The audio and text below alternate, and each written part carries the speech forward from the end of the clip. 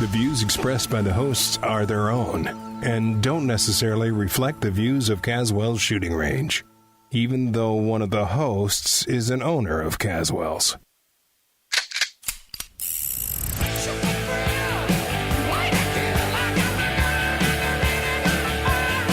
And now, overlooking Phoenix and live from the Double Wide Network Towers, it's Caswells Shooting Show. Caswells Shooting Range is Arizona's premier indoor and air-conditioned shooting range, plus the ultimate source for using and owning guns. And now, with an eye always on safety, it's time to pull the trigger with your hosts of Caswells Shooting Show, a couple of loose cannons, Paul Abella and Carol Ann Bergeson. Good afternoon, ladies and gentlemen, and Mike. How are we doing? We are doing, my friend. Fantastic. That's what we'd like to hear. We've got lots of people today. I normally fly by the seat of my pants. It's a full studio. It's a very full studio. I don't know. I can't remember your name. What's your name? Kyle. Kyle. His name's Kyle. You're very good at names, aren't I you? have to remember names. It's what I do. That's Kris. We have a female contingent today. Hello, people. To bring some beauty and niceness to the room. Beauty and for a nice. change. Yeah, because when excuse me for saying this, Don, but when me and Donna are in the room, we need all the help we can. Yeah, Oh, dear. It's a nice dear. change. Absolutely. Yep. Mike normally brings a bit of feminism to the room, but not quite. It's my Kia, isn't it? It's the Kia. I've got a nice car now. Have you? Well, my wife's got a nice car anyway. Yeah. We you sold the Escape. You shouldn't get the nice one. She should. I've got the nice one because it's a fast car. Oh, what is Well, it's fast. it? It's A Mini? It's a Mini Cooper. Oh, man. S with a turbo on it. Oh, No my. S. It's fast, but it makes my truck feel like Jello. It hangs like a battleship in a bath. You can turn the eye over faster. Doesn't take as much gas either, does it? No, nothing takes as much gas as my truck. When I don't drive it for 2 days, SO phone me because they lose money. Yeah. You just back out of the driveway and you have to refill the tank. Absolutely. That's why petrol prices have gone down, because they know I'm driving around. Hello, Don.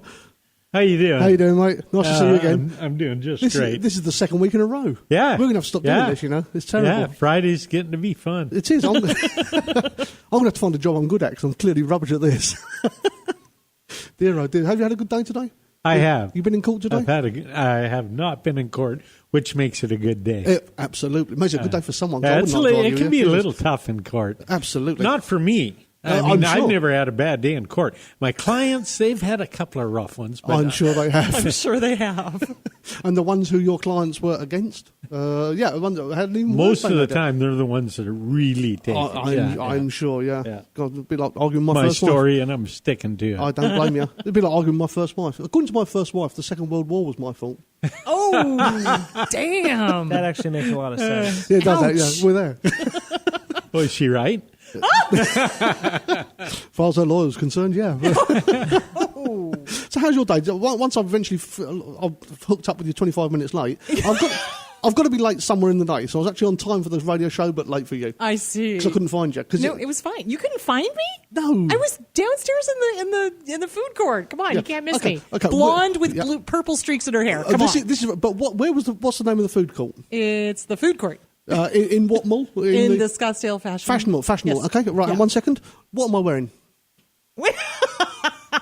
Are you saying you're underdressed? When was the last time I ever graced a fashion mall? I don't know. No, I've told my missus that dragging me to a fashion mall is a divorce issue. Oh, no. I'm not going there. That's not happening. Oh, no, I'm sorry. That's the first time I've been inside a fashion mall in my life. In Yeah, but America. we were there for cheeseburgers, not for I clothes. couldn't find the cheeseburger place. What?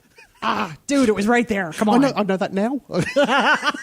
Find it now. Find it no problem. I smell like cow, but So, Kyle, I haven't picked on you yet. Hello, Kyle. You haven't got a microphone, have you?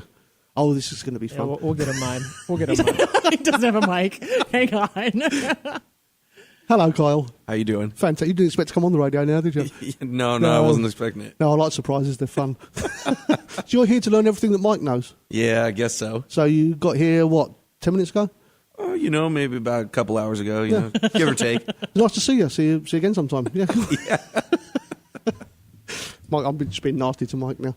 So we've got a great little show lined up today. So Kris and Don both know why you're here.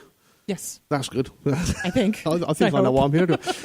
In a short while, we're going to have a little preamble chat that we always have to try and make me realise what I'm actually doing a radio show, not just talking to myself for a change. I've actually been trying it ever since I started doing this show. 4 months ago, 5 months ago? When did you come on, Kris? That's it? It's only been 4 or 5 months? Something like that, yeah. It's not been long. Really? Yeah, it's only since September or so last year. I know I've aged horribly. Would you stop? No, you haven't. I'm only 26. See? Told you. You're so bad. I am. So since I've been doing this show, we've covered all sorts of subjects with all sorts of people. We've had politicians on, we've had lawyers on, we've had guys who wander around in airports with their AR-15s on their shoulder on. We've had all sorts of people on. And ever since I've been doing this show, I've been trying to get someone from the gun control lobby on. I've probably sent out 35 emails to 35. I've probably emailed 35 different organisations. And of all those people that I've emailed out, I've had one reply, which consists of lots of really, really short words, mostly followed by off. Okay. And they were 4-lettered, right? And they were 4 letters, yeah. Some were 5-lettered. Oh, dear. Because they thought there were 2 of me. Most involved things that are not physically possible, even if I tried, and certainly not in Bangkok. And illegal in most states. Absolutely. In fact, even me thinking about saying it is probably transgress some law somewhere. But we have actually, I'm very, very grateful to a guy called Ladd Everett from the Campaign Against Gun Violence, who's going to be with us shortly, who's actually agreed to come on the show, and so we can have a conversation about gun control, gun violence, and what happens and how the gun industry has evolved, where it is now, where it's going to go in the future. So that's why I've got Don here. God help me. Thank you. Thank you. I'm excited. Absolutely. So Don's here because we're going to talk about the Second Amendment and how the Second Amendment gels with where Ladd's perspective. And for those who don't know, Kris, what is your title, Kris? I am a licensed professional counselor here in the state of Arizona. Fantastic. So Kris has been trying to counsel me for God knows how long about all sorts of things. It'll cost me too much money. It just would. So she has a take on the whole gun control issue as well as it relates to relationships and family and what have you. Go on, Don, you're dying to say something. So we've got a lawyer and a mental health counselor sitting next to each other. I know. I'll tell you what, that's good stuff. That's good stuff. You know what that is, don't you, Don? That cancels each other out. Damn! It's like a sine wave. I'm surprised I can hear anything. It's quite cool, actually. And of course, we got to do a plug for all our live listeners out there. If you'd like to call in and yell at any of these people, Please don't yell. Be nice. You can yell at me. talk mildly at any of these people. Thank you. Yeah. You can call us at 480-421-0640.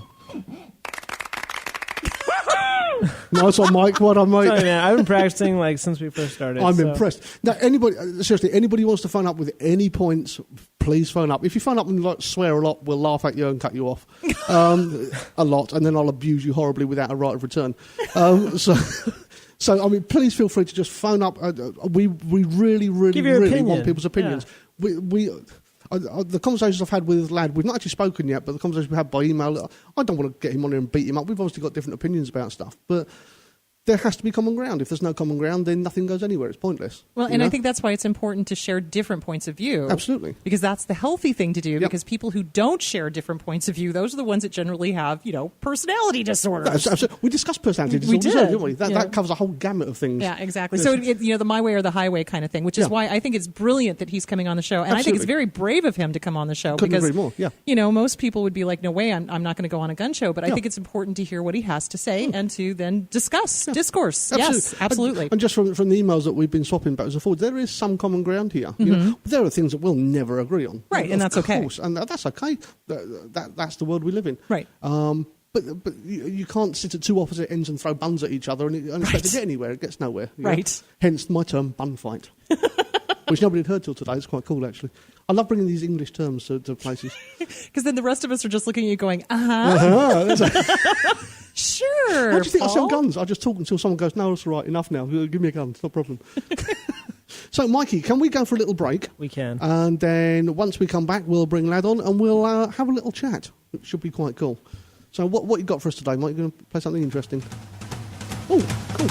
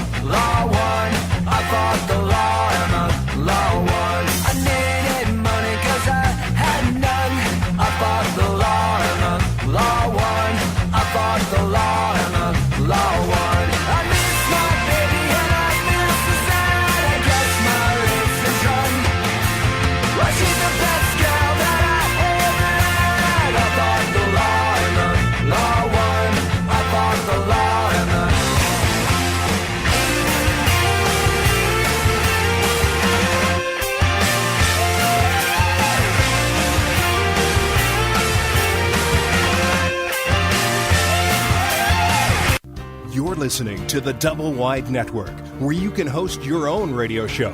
If you're looking for a way to get out your message, welcome to the future. Dave Pratt's Double Wide Network offers you the opportunity to use our state-of-the-art studio to create your very own radio show. Our experienced and helpful production staff will help you every step of the way. Our free mobile app allows your listeners to take your show with them and play it live or on demand. Even if you're not in Arizona, we've got you covered with Skype technology so you can broadcast from anywhere in the world. Whether you're in it to grow your business, make a statement, deliver a message, or just have fun hosting your own show, the Double Wide Network can make it happen. The Double Wide Network always has your show ready to go. For more information, just visit us at doublewidenetwork.com.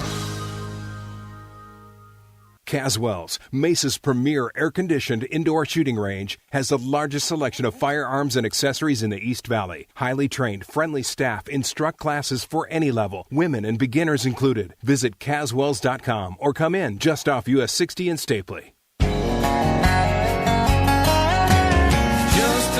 We have returned. That music always relaxes me. It makes me think of weddings. Makes you think of weddings? Yeah. Because when at the end of the night, when they've run out of things to play, they play that sort of thing, because then the old men like me stand up and try and dance. Oh, God. It's all very tragic. We fall down and get taken Oh, home. no, that's not good. No, it's never good. Okay, so, Ladd. Yeah. Hello, Ladd. How you doing? I'm doing good. How are you guys this evening? Fantastic. Or Thank you very much. afternoon, I guess, in your case, right? It is. It's afternoon. It's about 20 past 4, I think. Yeah, 4:15. There you go. Can you actually understand a word I'm saying? Please say yes. I can, actually, yeah. It sounds pretty smooth to me. So, you're a smooth-talking man. Thank you very much. I've not been called smooth for years. Dear, oh dear. Mike, sorry, Ladd, thank you ever so much for coming on. It's really a credit to you that you've actually come onto a show like this to put your case. As I said, I've probably sent out 30 mails to 30 different organisations, and you're the only one that's actually given me time of day. And I want to thank you for that before we start. Yeah, sure, no problem. Thank you very much. I just want to say as well, I was looking at your website earlier, and your president, he has the most appropriate name for his look that I've ever seen. Mike Beard? Oh, what, Mike Beard? Yeah. You're talking about his, profile picture? I am, yes. That's the No, most you're right. I hadn't thought of it that way, but you're definitely right. It's the most appropriate. It's fantastic. I should look at that. I'll show Chris that. I didn't show that Chris He earlier. still has the beard. He's had that for years. Really? It just made me. Oh, yeah, he's had it for years. The first time I looked at your page, it just made me laugh. It just made me chuckle a little bit. It's really in your face as well. So, Mike, what is the campaign against gun violence all about? We're the Coalition to Stop Gun Violence. Sorry, Coalition. My mistake. Yeah, no problem at all. We were founded, we're one of the first gun violence prevention groups. We were founded in the mid-1970s. I think we were founded the same year the original Brady organization was. So, at that point it would have been, handgun control for Brady. And we were the National Coalition to Ban Handguns at that point under Mike, who had come out of the Civil Rights Movement. And over time, in the late 80s, there was a change in leadership, and our executive director now, Josh Horwitz, began to basically run the organization. And we changed our position and moved away from embracing, a national handgun ban with exceptions or whatever, and began to basically, advocate for more moderate things like, we're very strong on universal background checks. We want to take a second look at some of the categories from the 1968 Gun Control Act in terms of prohibitions, and use a half-century or research we have now basically to better inform us who is actually more likely to be violent based on past behavior, which we're not using, and the categories right now are kind of arbitrary, and I think it works both ways. You could have a guy who's involuntarily committed, who's had treatment, isn't improved, and is okay to own guns. So I think it's time to go back and look at that, and those are basically the types of things that we're advocating for now, and also I think also pushing technology, just wanting to see the gun industry embrace technology. It's very interesting what you say, because I've looked at your website over the last couple of days, and I'd actually tried to allocate myself an entire day to read your website, and just the world happened and I didn't get a chance, which is annoying. But you seem to be a lot more moderate than a lot of the other groups that I've sort of looked at when looking to get someone on the show.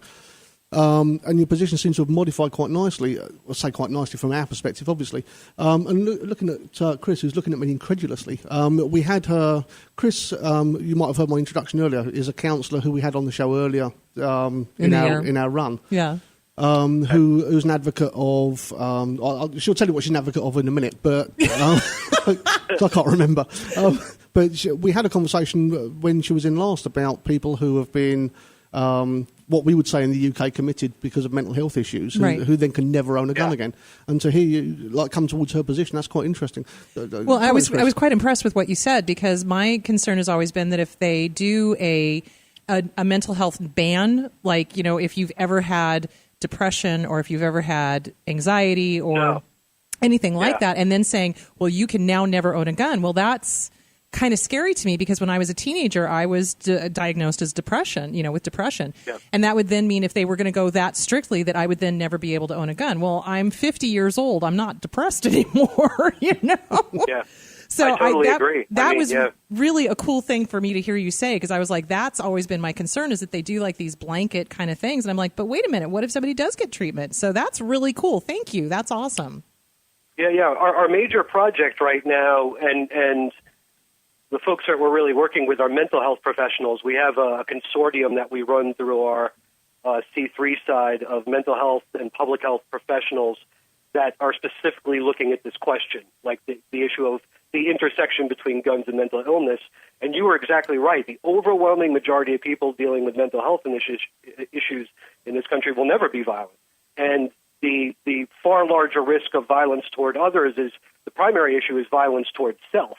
Yes. So that is a legitimate concern, but I think many people stigmatize the mentally ill. And hey, look at what the NRA did after Newtown, which was basically say, create a national database of the mentally ill. That was a shocking thing for me to hear from an organization that claims to be about individual rights. Yes. So I was like, are you kidding me? Yeah, see, that is exactly how I felt. And throw them under the bus. Yeah, that's exactly how I felt, because then it was like, okay, wait a minute, I'm a gun owner, I have a past diagnosis of depression, wait a minute, you're going to try to take my guns away? What the heck? Yeah, I mean, I totally agree with you on that. Yeah, no, you can improve. You can, some people will improve with treatment. Sometimes some people might just improve with time. It's important to have good research based to, we're not using the best research we have. And I think to be fair to the people who might be prohibited, I think we should have to have legislative findings that show that based on their past behavior, they're more likely to be violent in the future. Right. But another thing that you're talking about is common sense. And I don't see a lot of that in any legislation. So, and it's interesting that we're categorising this stuff now. It's very interesting that we're going down the line of categorising this stuff more tightly. And I'm interested in how that relates into the Second Amendment. And I know Don. So Don is a lawyer who's. Are you a Second Amendment lawyer, Don? I know you do other things as well. But I make my living doing product liability defense. Right. Yeah. I spend the rest of my time on my passion, which is the Constitution and the Second Amendment. Okay. My question for you, Ladd, would be this. That's all fine and good in a vacuum, talking about legislating as far as gun prohibition on, but who makes those calls and who gets to decide what law-abiding Americans are sufficiently mentally unstable to take away their Second Amendment right? That's where I have the problem. Because I don't think the government does a good job at doing that. And I think you've got to admit that. Anytime we get the bureaucracy involved, we're going to have a whole load of law-abiding Americans that are going to get their right to keep and bear arms stripped from them because some bureaucrat has written a bad law. I'm not buying any of that. First, I think that shows a lack of faith in government, which I don't have. And in terms of who makes the decisions, we the people do. That's how the decisions are made. The Constitution lays out a democratic process of decision making, and we the people make those decisions. And we have a court system. This is like a basic civics lesson. And we have a court system where if a law does go too far, we can have that law reviewed. And that's how our democracy works. So if we, the people, at some point deem that we need smarter gun regulation, and when you poll people on specific policies, everybody wants these policies, then that's the way it's going to be. And if there's a constitutional issue, we can take that up in the courts. Well, let me ask you this then. No, it doesn't sound good because I don't think it's worth. No, country. Yeah, I let you talk. Now you let me talk. It doesn't sound good because for 100 years now we've got gun regulations that people have decided, our legislators have decided, are good regulation that clearly violate the Second Amendment. How do you address that? I mean, is there something about by what the standard right? Are you saying they clearly violate the Second Amendment? Is that your personal opinion? If you'll let me talk, I'll Can I get an answer to that question? You bet. Is that your personal opinion? No, it's whose opinion is that? It comes from the words. The right of the people to keep and bear arms this shall is like not. A scene from a Heston Holy movie. Smokes, buddy!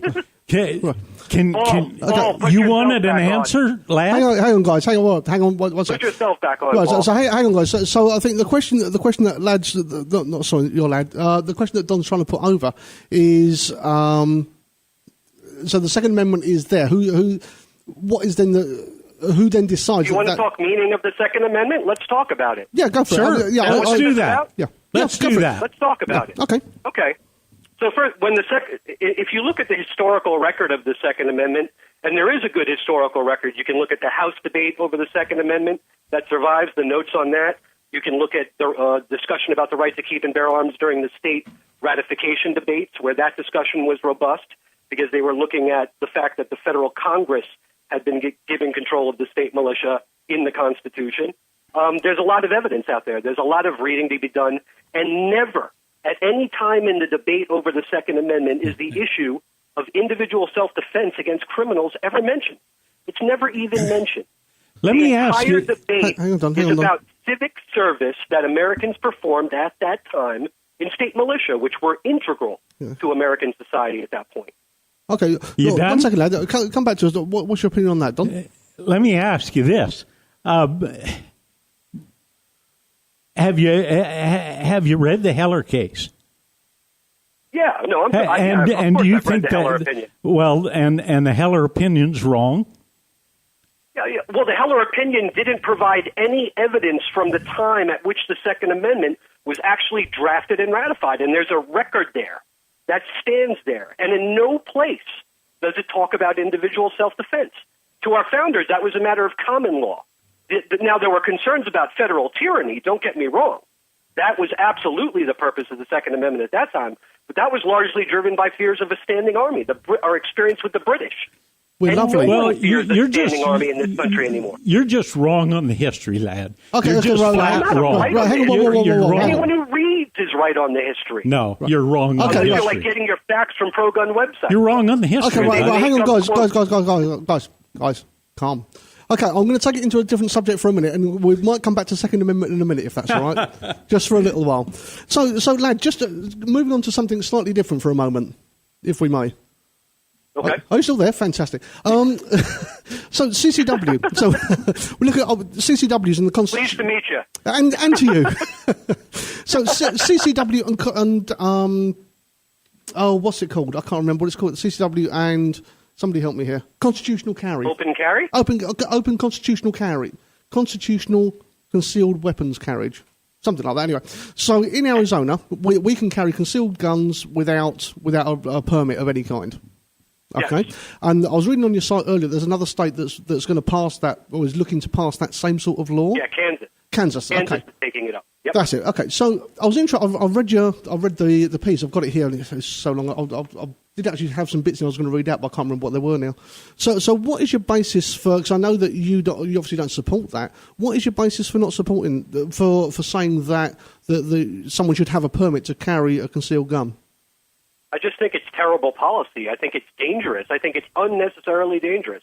You're putting law enforcement, when you allow someone onto the street with a loaded gun, yep, and you haven't done any screening of that individual, you have no record of them whatsoever, there's no training requirement there, so you don't even have a real understanding if this person knows how to really operate that firearm, and you put law enforcement officers into situations where they can't arrest those people until they commit a crime.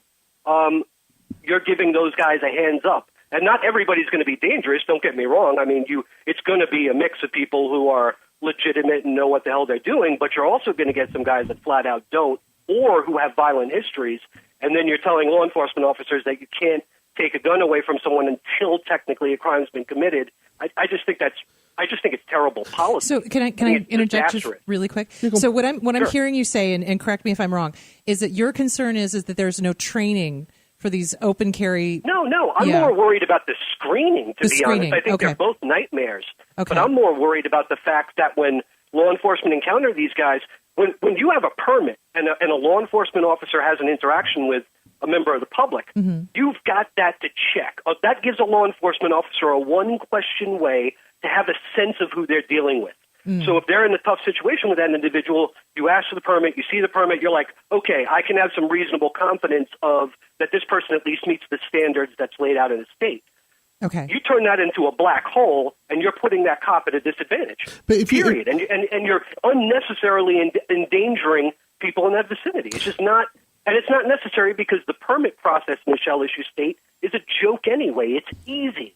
But at least you have a record. So coming back from that just for a second, bearing in mind that we've got a background check. So if you were to come in, if you were to move to Phoenix tomorrow, and 90 days later you come to Caswells and buy a gun, you do the background check. So the background check, no, I wouldn't. I could move to your state. I could move to your state tomorrow, buy a gun through a private sale with no background check whatsoever, and be carrying that gun on your street. Okay, let me come back. Let me come back to the. Does that sound safe to you? Let me come back to the private sale thing in a minute. Just hold that off because that's another subject again. But just bear with me.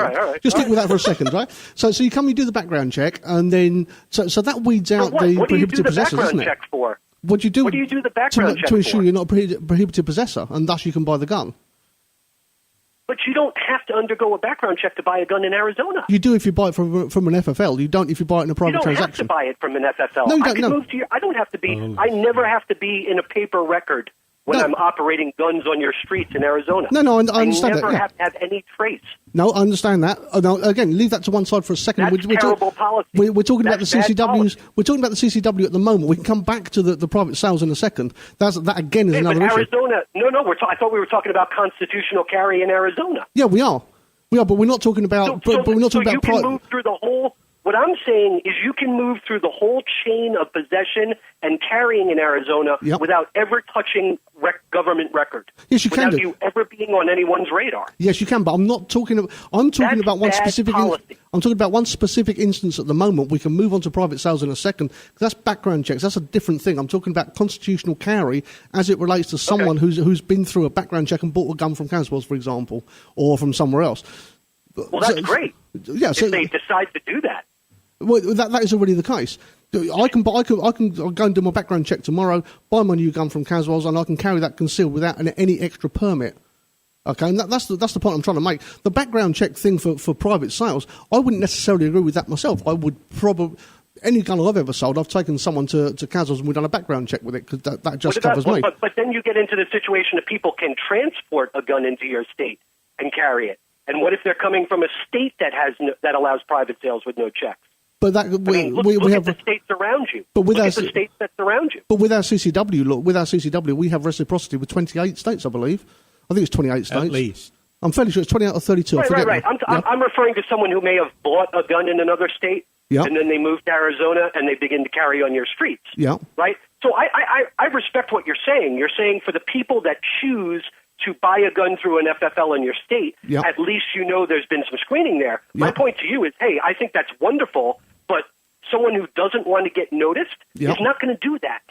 Unless they're idiots, and there are some idiots. But someone who doesn't want, and no, really, I mean, there's some idiots who will do that. Yeah. That's why people fail background checks, let's be honest. Absolutely, but they're equally, if I know I'm not going to pass a background check, I'm not going to go and try and have a background check. There are enough guns in America that I can go pretty much anywhere and buy one, be it California, Nevada, Utah, Florida, wherever. There's enough guns out there. There's enough illegal guns out there. And what you want to have is you want to have either, number one, a tougher federal baseline, so when those people try to buy guns, it's actually not a free-for-all with no screening whatsoever, or different states can take these steps. But, until you have that, criminals know where to go for guns.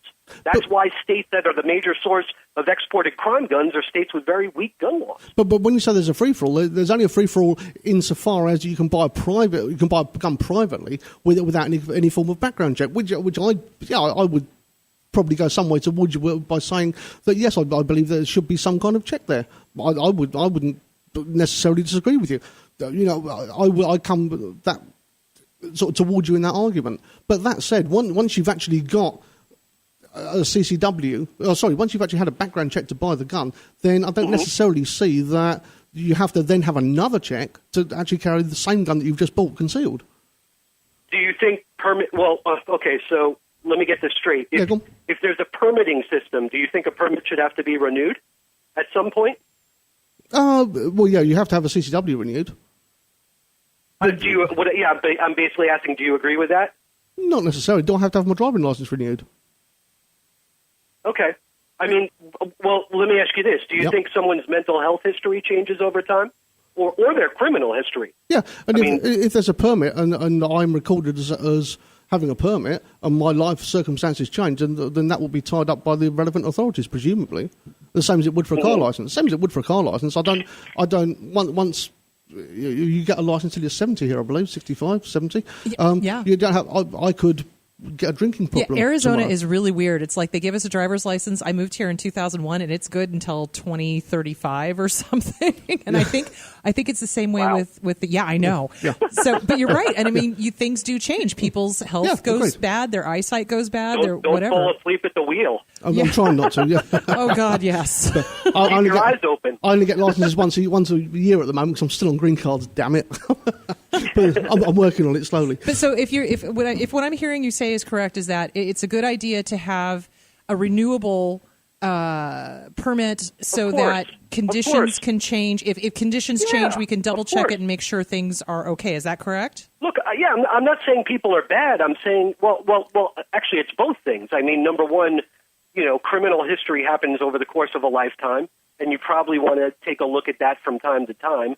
But then also mental health history. I mean, people and it's not because people are bad people, it's just people go through tough times. I mean, there's periods of crisis in people's lives, and touching base once in a while is a good idea. And it's not overly intrusive at all. It's easy. Actually, it's in most states, it's just running an instant computer check. That's it. Yeah, well, we do. It's almost like taking a rubber stamp and going wonk. That's what it is. Wonk. Yeah. I'm serious. Like that. That's a good word, right? Yeah. That's what it is. Yeah, we do. I mean, I think that takes us, depending on how long the keeps waiting on the phone, takes like 10 minutes. Is that not good policy? Am I missing something? What's the problem with that? What do you think about that, Don? Well, good policy, good idea, bad idea. If it doesn't comport with the Second Amendment of the Constitution, Ladd, it's bad. It's contrary to our country. It's contrary to our rule of law. And despite what you say, partner, under our current law, the Second Amendment is an individual right, and it's unconnected with militia service, and it's tied. The core of it is tied to to self-defense. So, is that good or bad policy? I would say it's bad policy because it violates the Constitution. Let me go back to something you said about concealed carry. Well, let the courts decide that. I don't disagree. Okay. Let me just say I don't disagree. Good. I don't disagree. That's let the courts great. decide those We've questions. got common ground then because that's democracy. The Constitution should rule in this country.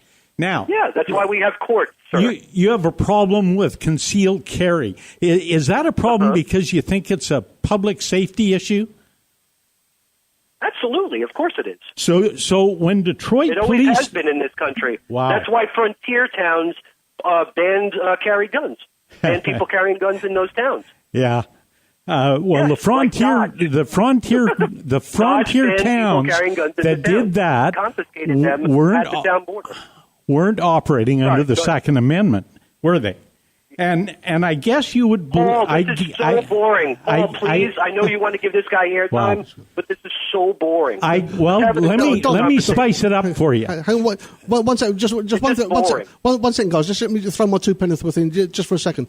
We were discussing the show before. He's not saying anything. No, bear with me just a second. Now, what we're trying to do with the show, it's pretty much there's three planks on that I believe all need to be aired with that Second Amendment, whether it's domestic violence, CCWs, constitutional carry, the whole 9 yards. They all need to be aired, whether we all like them or not. It's interesting to me not being brought up with the Second Amendment and the Constitution to learn this stuff anyway from both perspectives.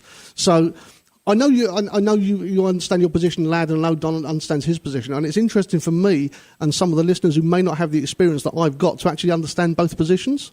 Does that make sense? Anybody? Yes, it does to me.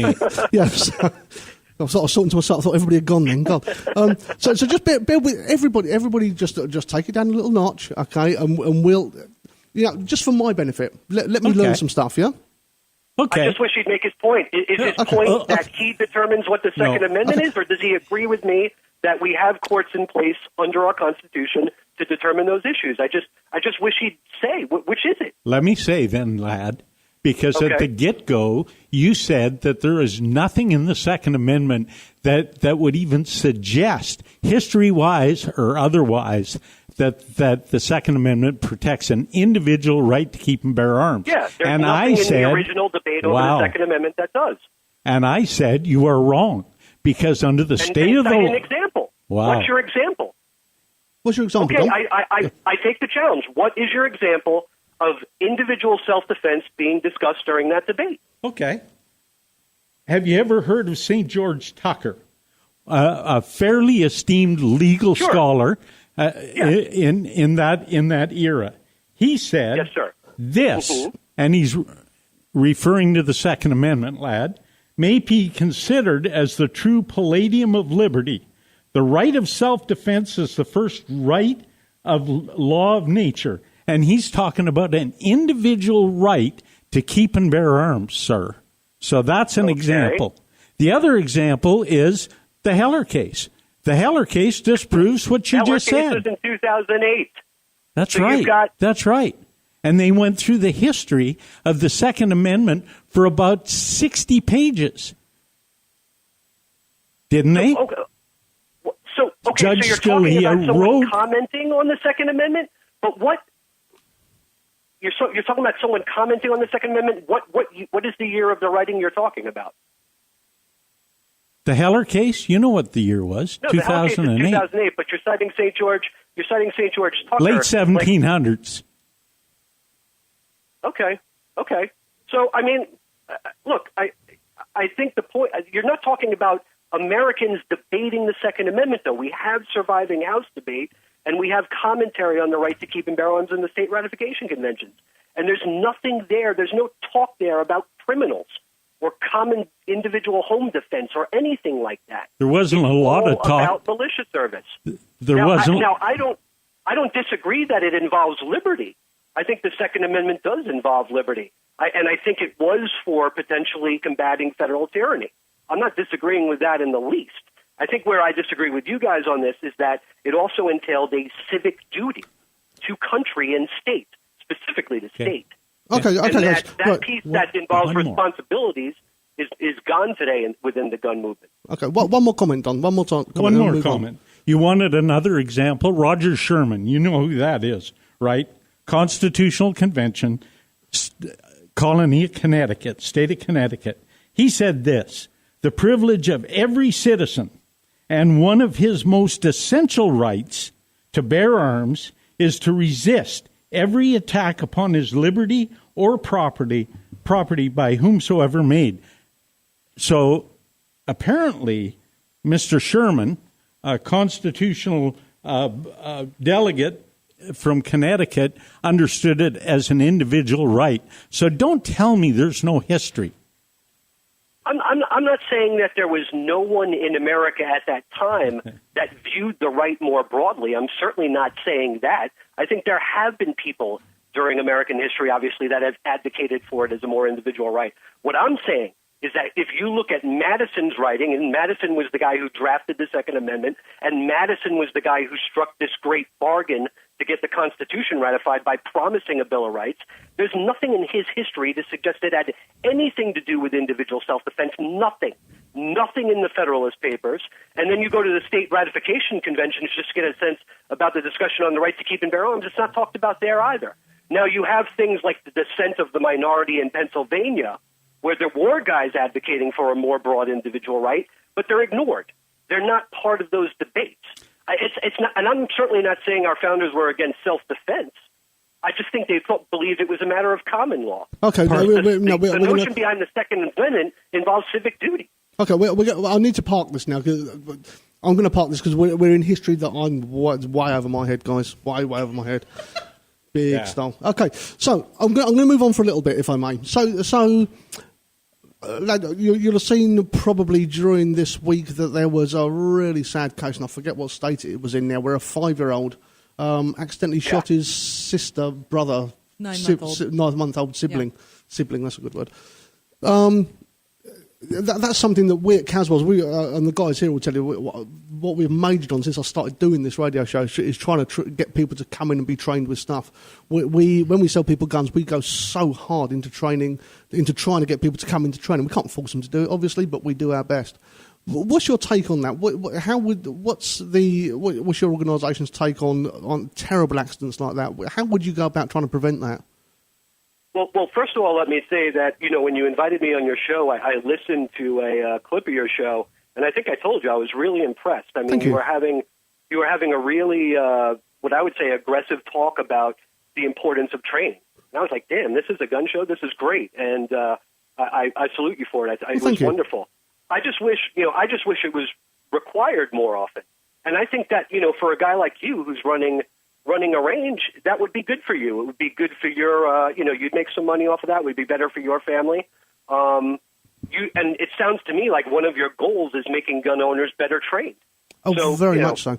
See, part of the reason I've tried to get someone from I shall say your lobby, you'll take what I mean, from your side of the fence, so to speak, onto the show, is to try to make people understand we're not big nasty people. We want, especially the responsible side of the business, we want people to enjoy the hobby and to carry the guns in a safe manner.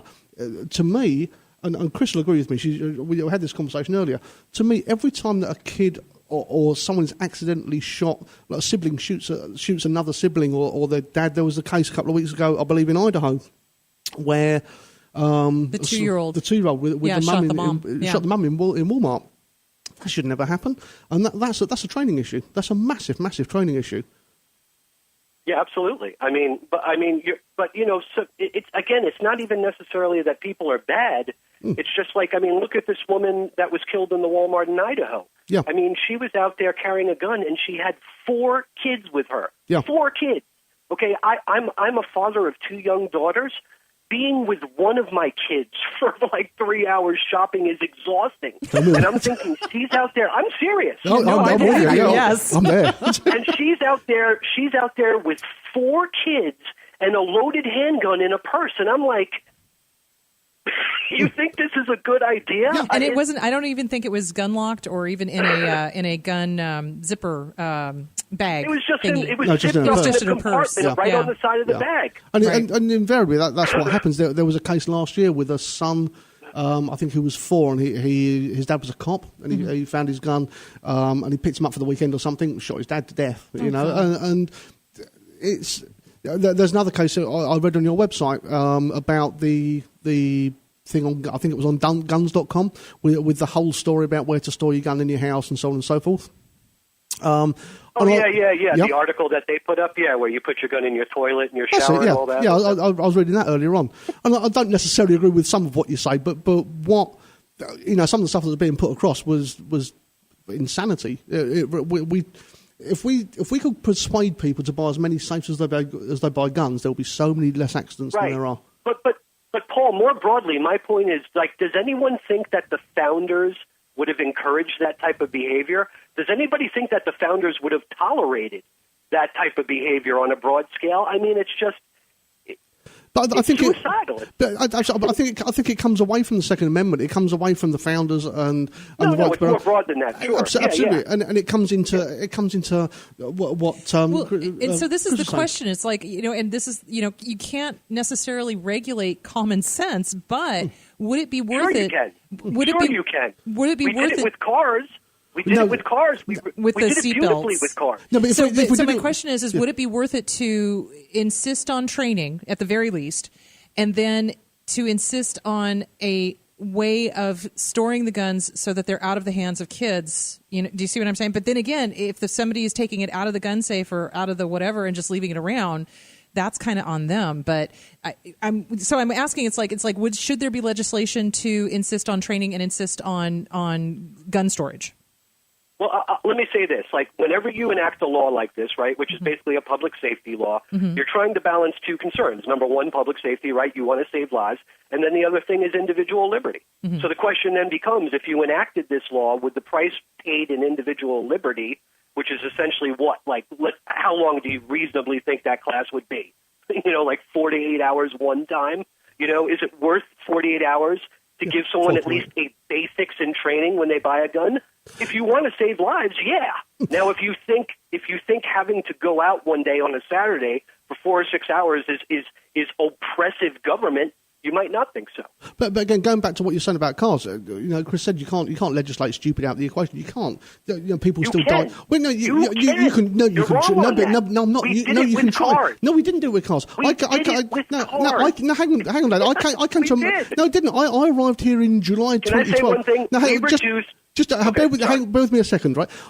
Okay. I came here in July 2 years ago. I arrived on July, I think, the 14th. I passed my test on the 15th. I didn't have a clue about American traffic laws. Not a clue. Nothing. Right? That's not legislating anything out. That's not saying we're legislating safety into cars. What that's saying is when you drive at 80 miles an hour down Camelback High Street and you run someone down, we're going to put you in prison. That's not legislating it out. That's providing a consequence. No, we did legislate it out. I mean, if you go back to like the 1960s, to start the 1960s, I mean, there was nothing. I mean, the automobile industry basically wasn't regulated. All these things that we think are have always been there, like seat belts, baby seats, cars that are crash resistant and protect the driver. I mean, you name it, wasn't there. And the auto industry, just like today's gun industry, fought tooth and nail to prevent any regulation. Guys like Ralph Nader were out there and fought for it. But the long story short, we got it. We began to strictly regulate cars, drivers, and roads, all three. And in the 20th century, we reduced the automobile death rate by 90%. But there's still. And you're telling me we can't legislate common sense? No, you can't. Because there's still no element of compulsion into learning how to drive a car. I can learn to drive. Right. Look, no law is perfect. You're still going to have accidents. But then, we dramatically reduced the death rate. But then the same laws are there with guns. I can't go and shoot someone with a gun any more than I can go and run someone down with a car. Or you've introduced consequence. You've introduced consequence after the fact. You haven't introduced with cars compulsory training before the fact. But that's what's being. Of course you have. Well, of course you have. How? I didn't. I had no training. Your driver's licenses. I had no training. Driver's licenses. Can I drive around the block? Can I drive around the block? Yes. I haven't had to be trained to do that. I just learned to drive. I've just got in the car and drive around the block. Well, whatever, man. When you have a car, you're going to drive on public roads. Let's be real. Yeah. And yes, you have to be trained. You have to demonstrate your proficiency with a vehicle and take a written test.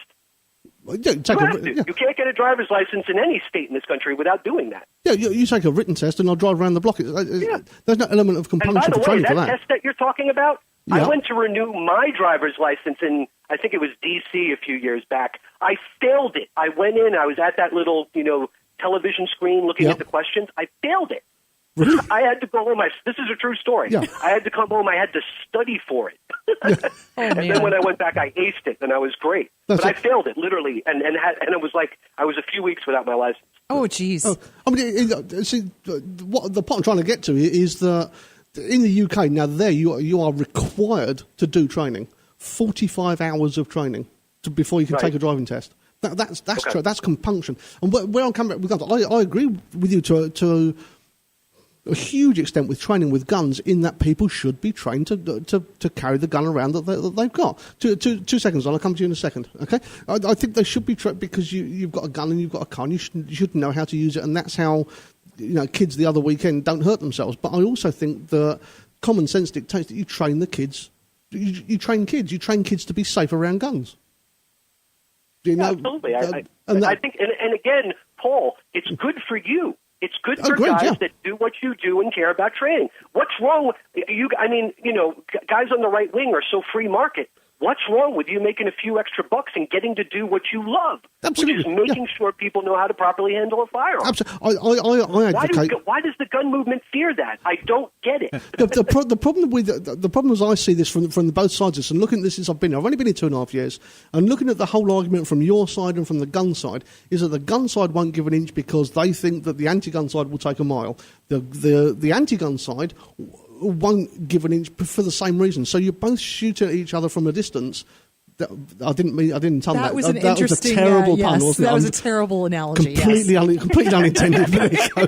But so you both have entrenched positions from which nobody will give an inch, and that's why.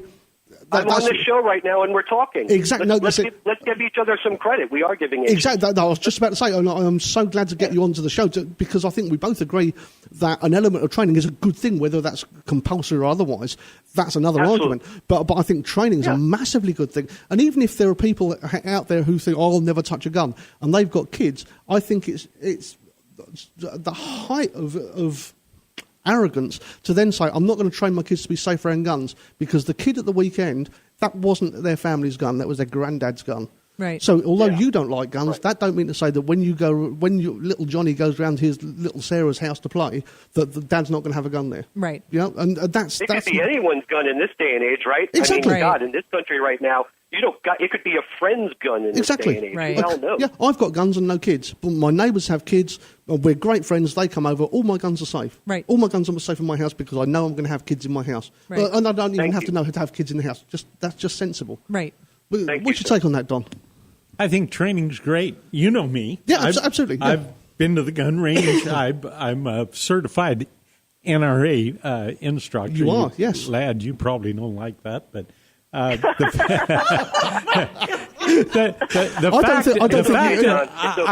don't have any problem with training. I think training is great. I think people ought to be trained. Here's where I draw the line. Government shouldn't mandate it. That violates the Second Amendment. The plain language of the Second Amendment. Well, you're entitled to your opinion. Yeah. You are. And you are too. So if I gave you a magic wand, and I'm going to let Kris speak to you again, because Kris is smiling at the minute. It's good. So if I could give you a magic wand, Ladd, what would you do? One thing. I can't speak now. I think primarily what I want to see is I want to see a country with universal background checks.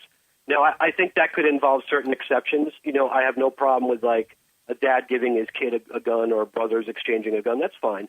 Okay. But beyond that, I think we should have a background check on every gun sale. The checks are quick. 90% or so are done in like 2 minutes.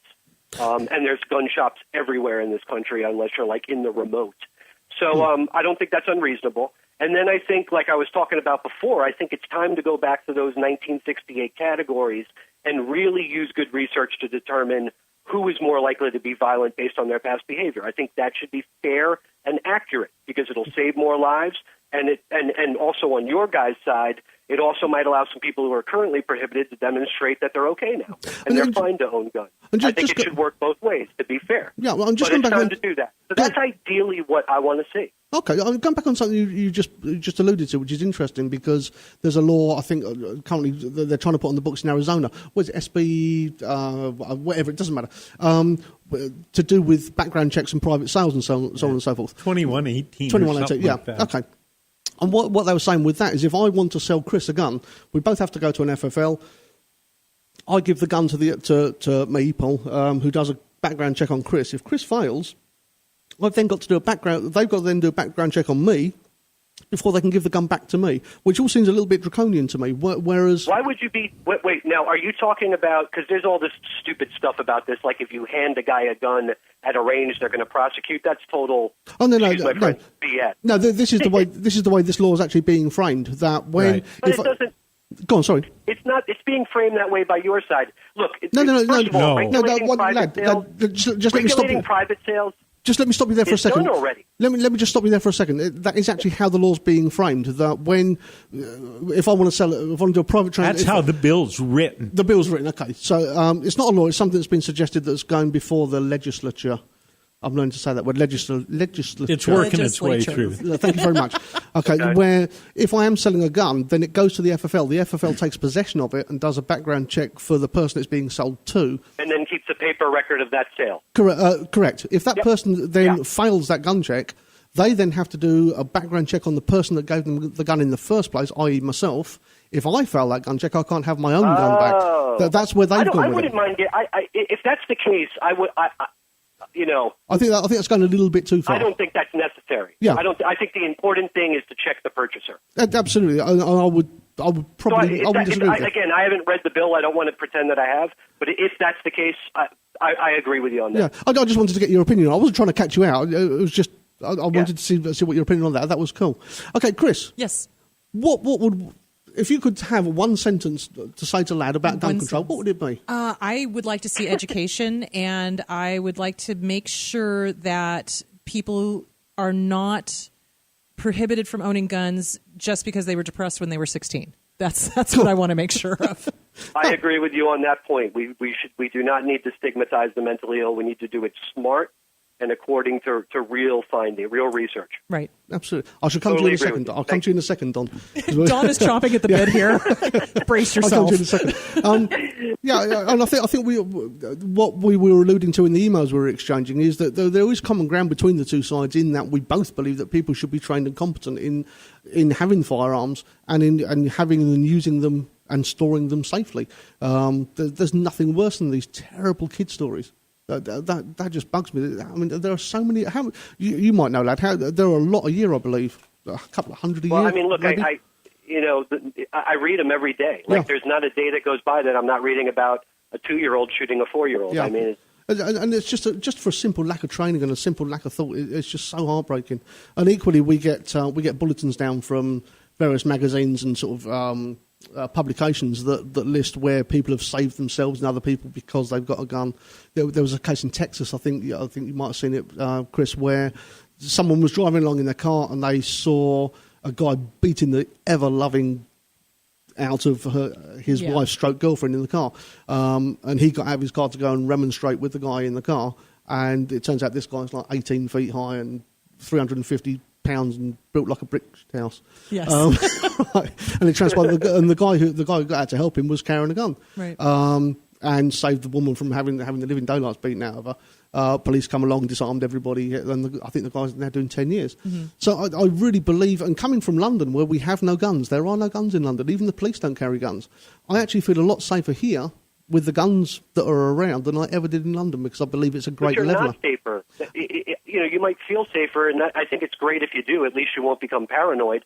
But, Britain, that's one good aspect of it, but Britain has an overall homicide rate more than 3 times lower and a gun death rate over 30 times lower. Yeah, well, there's no guns. So, you might feel safer here. I think that's great. It's a good vibe to have, but you're not. But I'll tell you what, Ladd, if you go out into London and go to Bethnal Green or Shoreditch, right, you will have a knife pulled on you by the time you go home. And that's the thing. Let me just finish the point. In other democracies. No, let me finish the point. I'm not arguing that. No, but the low-level crime in the UK is massively higher than it is here. And I mean massively higher. But they're less likely to kill you because they don't have a freaking semi-automatic pistol on their hip. No, but they're less likely to kill you. That's why Britain's overall homicide rate is lower. But they're a lot more likely to stab you and cripple you. And that's the issue. Yeah, but you're a lot more likely to live. You're more likely to live. That's the difference. Their overall homicide rate is more than 3 times lower. The homicide rate. They're more likely to live. Yeah, but I'm far more likely to get to run into some form of problem than I ever will here because here everybody is afraid that everybody else is carrying a gun. You're not safer here. You're not safer here. You might feel safer, but you're not. You're more likely to die both of just general homicide and you're more likely to die by gunfire than anyone in Britain. The gunfire, yeah, but of low-level crime, I haven't got figures to prove it, but I'm fairly sure that I'm probably less likely to suffer low-level crime here than I will be in the UK. low-level crime. Look, Yeah. I mean, I'd rather preserve human lives. If someone, most break-ins occur when people aren't home anyway. That's not the end of the world to me. I'd rather save lives. Yeah, fair comment. Okay, we'll come back to that in a second as well. Don, okay, right. Let's stay with that. No, hang on, one second, Don. Right, so the way we're going to do it, 1 minute, okay? How much time do we have here? We have a couple of minutes left. Okay. We've got 5 minutes left. Okay. Mike is telling me 5 minutes. What I'm going to do, Don, you have 1 minute. Ladd has a minute to reply, and then we'll finish off. Here's the real stats. Britain has the highest rate of violent crime in Europe, more so than the United States or even South Africa. They got the second highest overall crime rate in the European Union. In 2008, they had a crime rate of nearly 5 times higher than the United States. So, Paul, I understand your feeling. You are safer here, despite what Ladd says. That makes me feel good. And here's something else about Britain. The 1968 gun law, homicides spiked after that.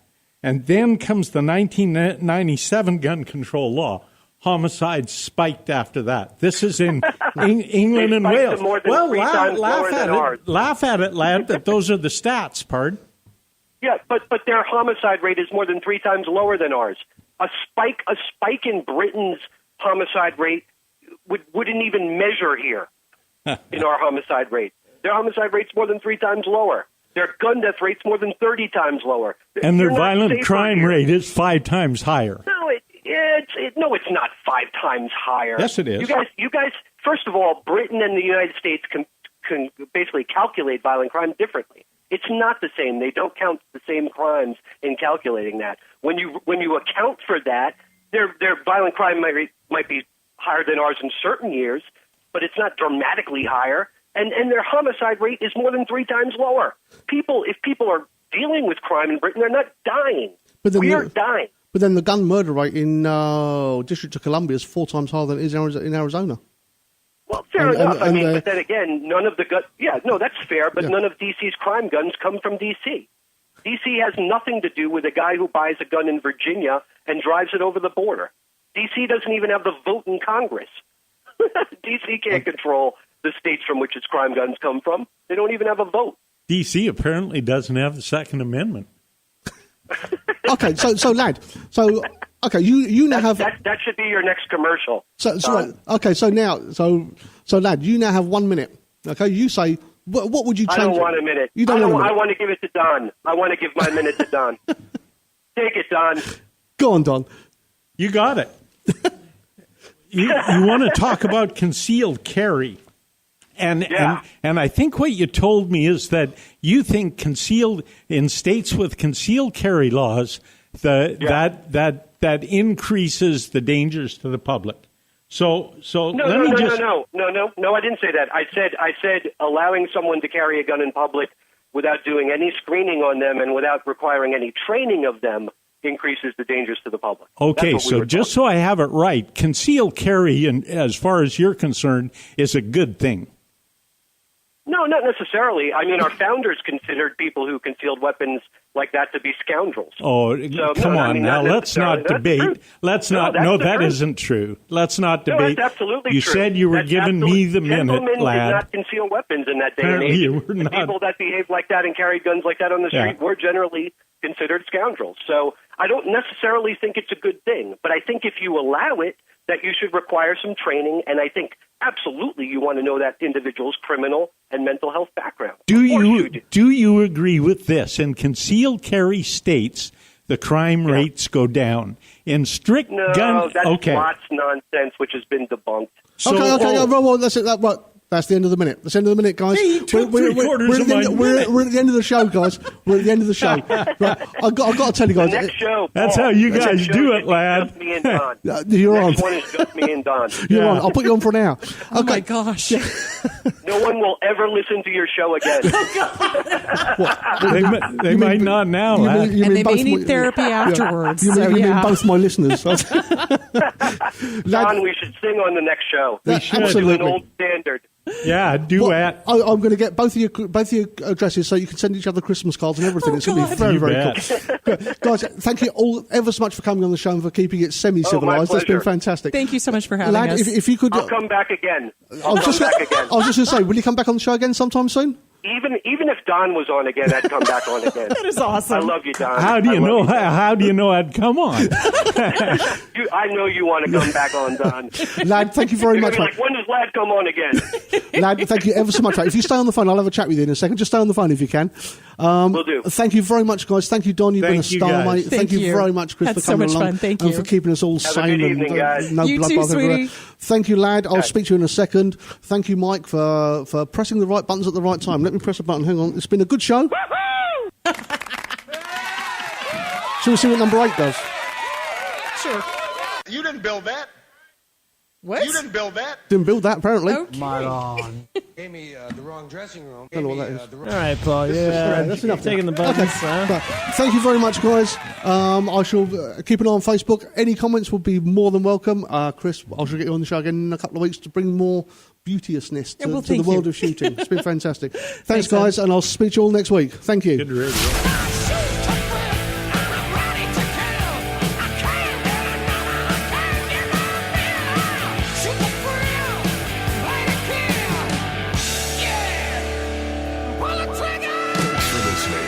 Caswells Shooting Show. For more info, just go to Caswells Radio Show on the DoubleWideNetwork.com. Listen live worldwide every Friday at 4 p.m. and then on demand 24/7 as we shoot to thrill with Paula Bella and Carol Ann Bergeson. Caswells Shooting Range.